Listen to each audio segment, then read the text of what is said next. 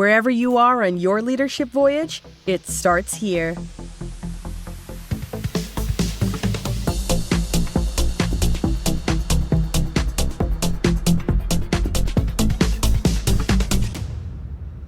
Hey everybody, welcome back to Leadership Voyage, the podcast dedicated to your pursuit of becoming a great leader. My name is Jason Wick, your host, and I'm very happy to be here for Season 4, Episode 10. Once again, it's great that Season 4 is going full steam ahead, having many guests and many other topics to discuss things here about leadership, management, and otherwise. If you want to get in touch with the show, please email me, Jason Wick, at startyourvoyage@gmail.com. I'd love to hear what you think so far about the different topics. Which of them have landed for you? Which do you wish had never aired? I'd love to hear about that. If you have ideas for guests, let me know. Honestly, right now I have a backlog of 11 or 12 guests who have reached out that I am behind on getting in touch with. So thank you to everyone who is recommending folks to come be on the program, and we'll see how many of them can make it on the show. Some are a great fit, some are not, but that's okay.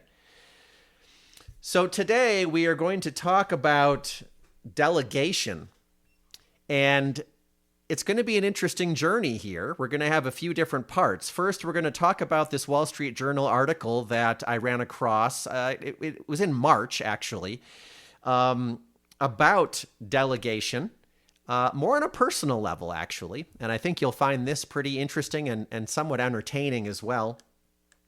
Then we'll talk about managers and the ideas around delegating and what are the other options compared to delegation. And then finally, we will get into how to delegate. And I'm going to use a Forbes article for that.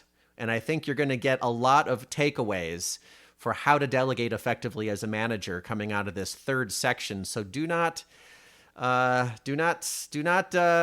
I trying to say? Stick around to the end. Thank you. That's what I'm trying to say. All right, so delegation is the topic at hand today. And there's this article in the Wall Street Journal. Again, I know some of you probably are not subscribers, but for me, I do have a digital subscription. And this was called Why I've Become More Mindful About What I Delegate. The author is Moshe Bar. I hope I'm pronouncing that right. Moshe Bar, who is a neuroscientist in Israel and also works at Massachusetts General Hospital. And this article is quite personal in nature, but feeds into a book that they've written recently, I think. So I want to tell you about this story. The link is in the show notes. But the author starts off talking about having built a tree house about 15 years ago. I think their kids were teenagers. Building a treehouse was one of the most fulfilling things they'd ever done, despite having limited carpentry skills. And that the intensive part of working on this project, which took about a year, brought unexpected joy, even though it was extremely difficult. And now the children are older, and they're also nostalgic about this treehouse, that they're all getting tattoos of it. Now, if that doesn't get your attention in a first paragraph, I don't know what will, but it got my attention. So the author starts to talk about what's called the IKEA effect. And the IKEA effect was also covered in the Wall Street Journal about 4 years ago, July 1st, 2021. And what the IKEA effect describes is essentially the idea that when we put effort into something, we become attached, and our feelings around that thing are more positive. So if you start to think about IKEA, they always make us put the furniture together, right? And I'm not talking about clicking two pieces together underneath. You are putting that darn thing together. My wife and I have joked that the closest we'd ever gotten to being divorced is putting together IKEA furniture. But maybe in the spirit of this, you think back and go, think about how difficult that was. Now we value it. Boy, it was almost impossible to get that frame attached to the wall, but we did it. And now because of that, we have pride in it and have a more positive impression or a positive feeling towards what it is that we put together. So getting back on track here, the author shares an anecdote about a cooking class where a teenage daughter said that this was the most delicious meal they'd ever tasted, talking about the investment you maybe put into making something yourselves and all of that.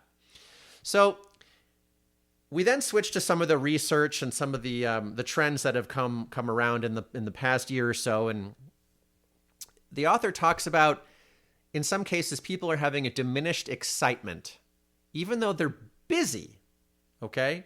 They're busy doing stuff, but they're not as excited about what they're doing. They're kind of losing their spark. And personally for the author, that was what their own family member told them. They then write a little bit about Jewish law, of which frankly I know nothing about, so I'm just repeating from the article here. But delegation in Jewish law, certain things are allowed to be delegated and other things are not allowed to be delegated, particularly when it's something where your experience in that is important and matters. So the author goes on to talk more about the observations in his own life. But let's skip ahead to kind of what this all means, right? There's this thing called behavioral activation, and that's the link between actions and feelings and engagement and fulfillment. And it's been used as a treatment for depression. Go back and do the things you used to enjoy and see what the effects are. And in some case, that's been just as effective as talking to another person about your struggles. So by staying active in purposeful activities, it can improve resilience, decrease depression, reduce dementia, all these things in the brain research, et cetera, okay? So great stuff, of course, to hear there. But here's the point is, and I'm going to step aside for a second here. Back in another life, I had this really strange job of working as a personal assistant to a family that was wealthy. And it always was interesting to see the things that they would outsource, okay, versus the things that they would do themselves. And I've always thought, oh, weird. But then I go, oh, well, maybe that's enabling them to spend more time with their family and spend time with the people they love. I don't want to do grocery shopping, so I'm going to have someone else do it. And then that enables me to spend time with my kids doing this other thing after school rather than grocery shopping. Things like this, okay? But it's saying here that think about the tasks that you might delegate. Cooking, washing your car, mowing the lawn, things like that. And prioritize projects where the experience of that process feels important to you. Even if it feels like it's just one of the 20 things I have to do every week at home, you say, who has the time to do that? Depending on your life. Well, if it's something fulfilling and the experience of the process is important, yeah, you have the time to do it.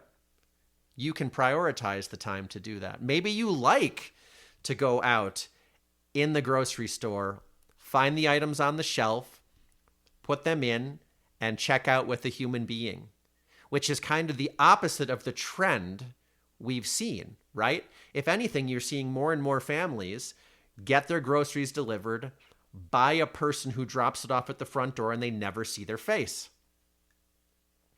right? Maybe you like kind of the mindlessness of going through the grocery store aisle and finding the stuff and putting it in the cart and then smiling at that person checking it out and saying thank you to them and telling them to have a fantastic afternoon or evening. Maybe that is something that you lost sight of, right? Maybe it's something you'd like to do. And I think that's the point of this article by Moshe, is delegating things isn't always what's best for you, even if it saves you, quote unquote, time. And so I can't resist lately, right? I've been loving to scroll down and read some of the comments. on a lot of these Wall Street Journal articles in particular. And here's what I want to tell you all. The most commonly discussed thing in here is mowing the lawn. Sure, it takes 45 minutes. Who has the time to do it, right? If you have the money and the means, have someone else do it. However, the most common thing in these comments is talking about people doing that. You can see the results of it. The lawn looks nice. It's also 45 minutes of time where your mind is doing something entirely different. You know, mowing the lawn is kind of like walking or kind of like driving. There's like this other part of your brain that kicks in and you're like thinking in a different way while still being focused and able to concentrate on the task at hand. And so very, very interesting to read some of the things and the way people react to this. And unlike most social media, almost all of the responses to this article are actually quite positive. And I found that interesting, right? Very, very cool. So check that article out. Moshe Bar, Wall Street Journal, Why I Become More Mindful About What I Delegate. Okay, next section. Let's shift over to managers. Sorry, I had to grab a drink there for a second. But let's switch over to managers. Do you know that 23%, so for my consulting business that I have with Sonia Burtek, who was a guest on this show earlier in the season 4, talking about micromanagement, about imposter syndrome. Check that episode out if you haven't. Season 4, episode 4 about imposter syndrome. But our business that we have together, 23% of people have said that delegating ineffectively is the costliest mistake new managers make. That's what our data tells us. So, delegating. What do you delegate? How do you do it? I guess by definition, you just say delegation is taking pieces of work and giving it to someone else, right? But I want to add a balanced thought here for a manager thinking about not only how do they manage their own workload, but how do they develop their employees?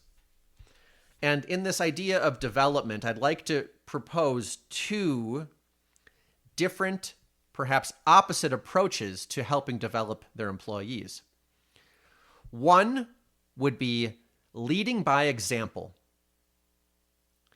Take on the work that you think is meaningful. Even if you have a chance to delegate that, do it yourself instead, and set a clear standard through the demonstration that you put on. I think there's a time and a place for this, especially if you have newer employees. We all look to the leader, right? For better or for worse, we see their behaviors, their actions, and we see that as a representation of what their standards are. If you let weak performance go, you don't have high standards. If you micromanage everybody and are looking over their shoulders, you don't trust your team. The actions of the leader are what actually matter, right? So if we're going to develop employees, we've got 2 halves here. Lead by example, which is to set a clear standard through actually doing the work. And then the other side of it would be to delegate.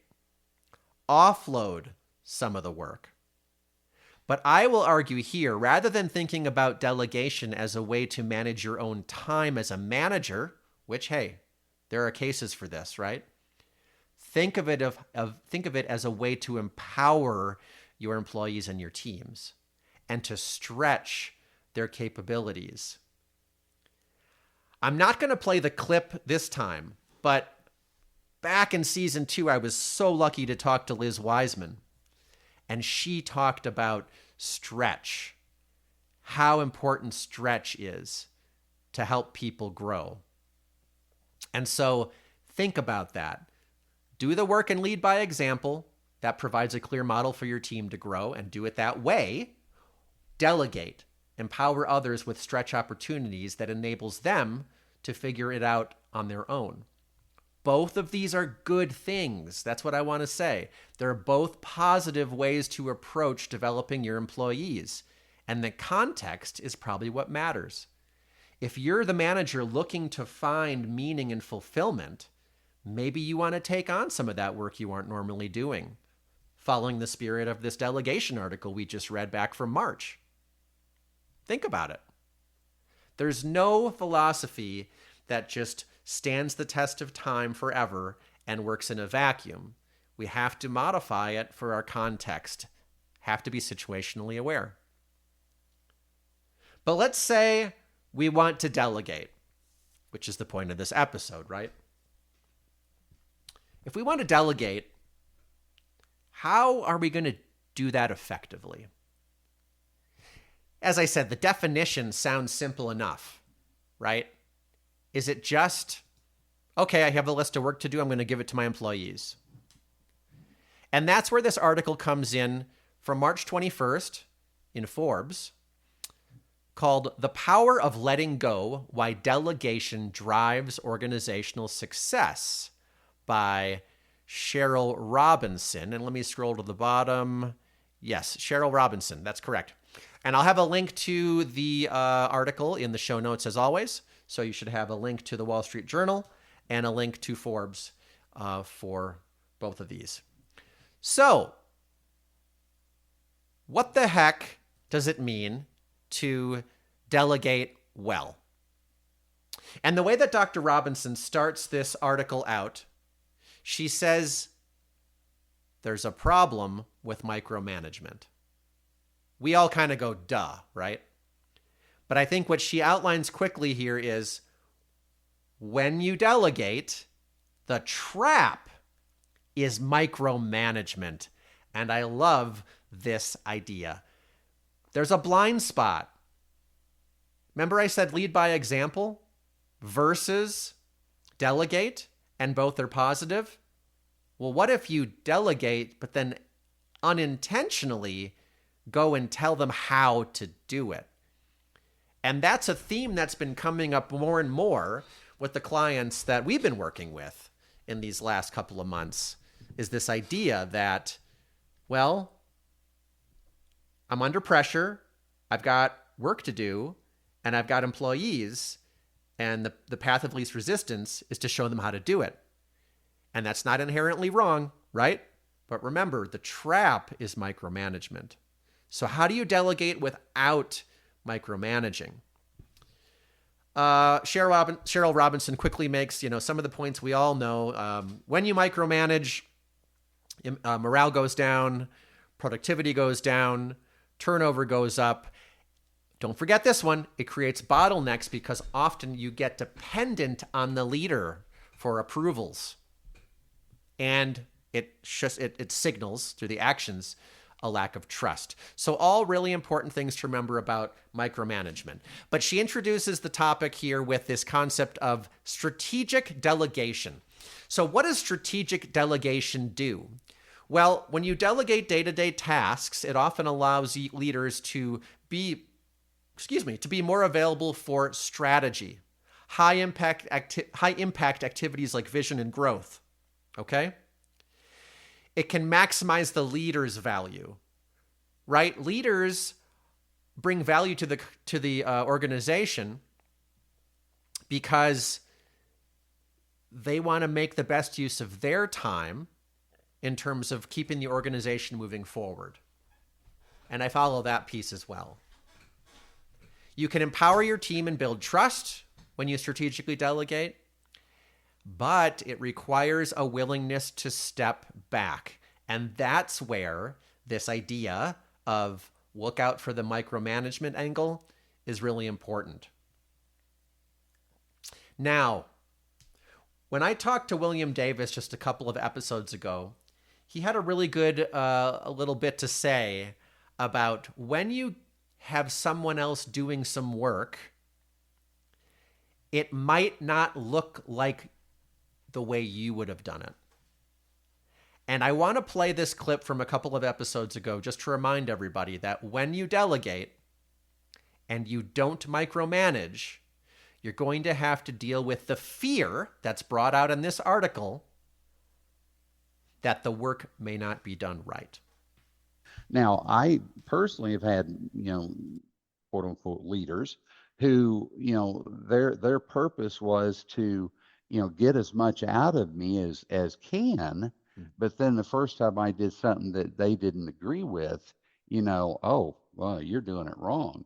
Well, no, I'm doing it my way. I'm not doing it the way you would do it, but that doesn't necessarily mean it's wrong. So I never, when I deal with somebody, I never go to them and say, well, you're doing this wrong. My question is, what did you do, or how did you do, or why did you do?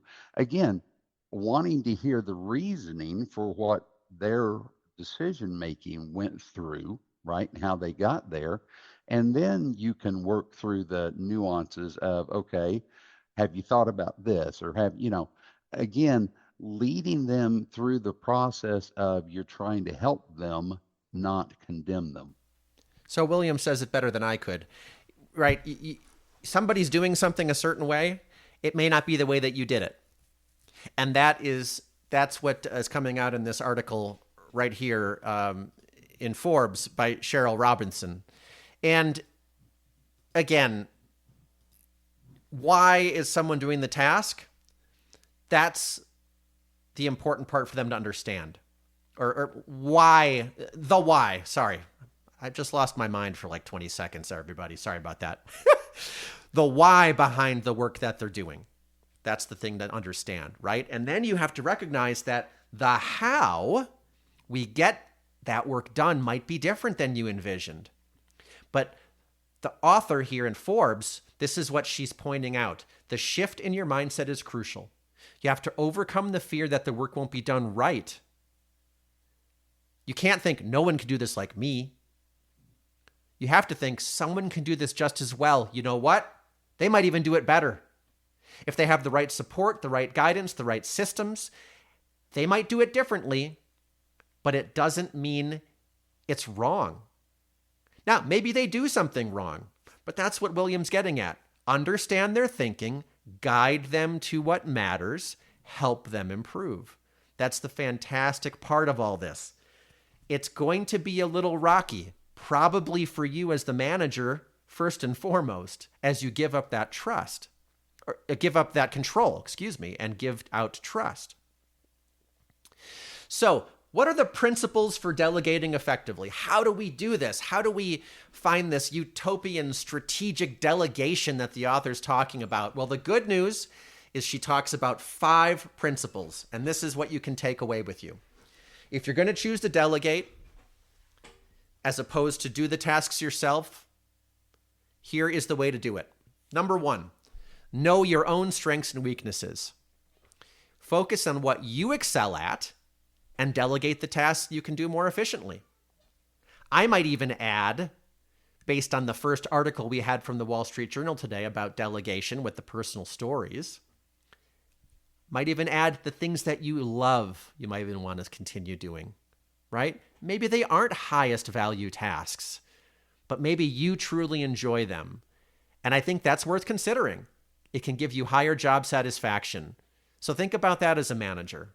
Focus on what you excel at, what you love doing, and then delegate tasks that others can do more efficiently. Second principle, choose the right person. Mask the tasks that you're delegating with someone's skills and interest. And as Liz Wiseman said, maybe also that would stretch them. Find that right opportunity for stretching, which is fantastic for all your team members.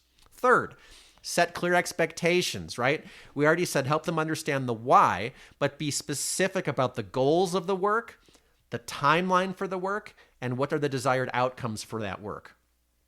Fourth, we're almost there, folks. Fourth, provide the resources and support. Give them the tools and give them the information, the context they need. And also, I would add to that the emotional support. You don't have to do this perfectly. Let's check in along the way. Let's see how it's going. That's not micromanaging. That's supporting and getting involved and maximizing your role as their manager. And then fifth, the fifth principle for effective delegation, avoiding micromanagement. Resist the urge to hover over these people's work. Schedule check-ins for guidance, but don't take over. Follow William Davis's lead, the clip we just played. Understand why they're doing what they're doing. They might even have had a better way than you were doing. So there we go, folks. Oh, no, there was one thing I forgot. There was a LinkedIn post by Liz Kieran's, who's an executive consultant on LinkedIn. This one is from June, somewhere during June timeframe. Liz Kieran's posted this, and I wanted to read it to you all. It says, "Shocker! Your team's biggest breakthrough might happen when you're sipping cocktails on a beach. I know, the inbox will explode, things will fall through the cracks, and someone will definitely need you for that urgent thing that only you can handle. But as one of my executive coaching clients recently shared with me, something pretty magical happens when the boss is away." And then she outlines 4 different things in this post about what happens when the boss is away. And I wanted to add this last little tidbit at the end, because going on PTO, FTO, vacation, whatever you call it, creates an opportunity for others to step in and do the work without you even delegating. They just have to do it. And that's an opportunity. I think there's some nuance to it, but I love the message around it. Liz Kieran's. Check her out on LinkedIn if you haven't already. Okay, everybody. In the spirit of the first article around, doing the things that you want that bring you some meaning, I am going to go clean the tile in my bathroom shower. How's that for something to find a little skin in the game that will bring you meaning and enjoy that clean shower the next time I jump in it, all right? Otherwise, you find something interesting that you want to do, something small you want to get back to finding fulfillment in. And when it comes to managing, you've got a nice recipe here. You can lead by example or delegate. And when you delegate, you can follow the 5 principles outlined in that Forbes article.